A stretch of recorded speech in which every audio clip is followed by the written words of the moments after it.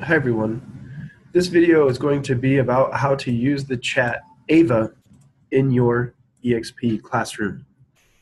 You'll notice that there's an announcement here, Ask Ava. When you open up that announcement, you'll get instructions about how to use the chat.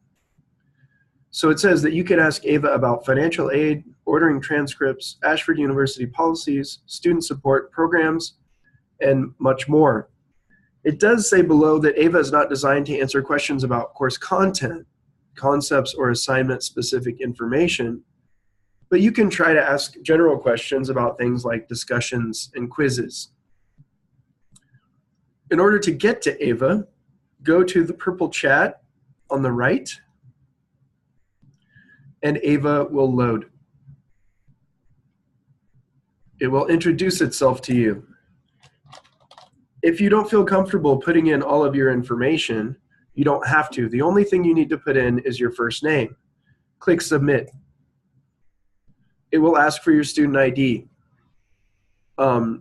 You do not have to put in the student ID to ask general questions. You will have to enter your ID for verification if you do chat with a student services or financial services rep. Okay, so I didn't put in my ID, and you can ask a question. So let's ask, how do I get transcripts? When you ask a question, there will be a series of tiles that emerge. So if you're looking for a military transcript, you click on this. If you're looking for library assistance, you click on this tile. And then down here below in the lighter purple, you'll have the opportunity to chat with a student services representative or to chat with a financial services representative.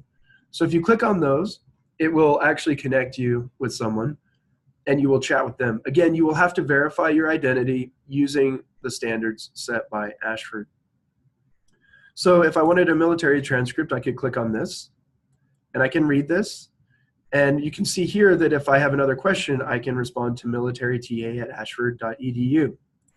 Now I know it said that you can't ask course-specific questions, but what if I said, how do I post a discussion?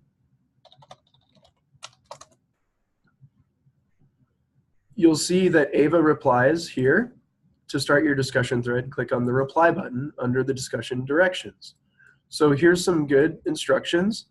And below, you'll find also that there is a link to a video about discussions, about posting to a discussion forum. So this seems to be pretty useful as well. So if you ask general questions about the structure of the course, it seems that Ava will be able to answer some of those. Now, if you want to rate the answers, feel free. Just like you rate something else, you can choose a thumbs up or a thumbs down. And then when you exit your conversation, you can rate the quality of the interaction. Please rate the quality of your interaction, and if Ava didn't answer your question or you have any comments, please provide that additional feedback so that we can program Ava to be able to answer those questions for students in the future. If you'd like a transcript of your conversation, you can include your email address and send, and it will send it to you. So again, the chat feature is off to the right, and it should follow you throughout the course. So you can see I've gone to a different page, the syllabus page. I can still open the chat. And one more time, don't get frustrated when you first log in. If you're previously enrolled, then it won't ask you to go through the steps again. Or yes, it will. So again, all you have to do is put in your first name. You can put in your other information. You don't have to put in your ID. Just click send and then ask your question.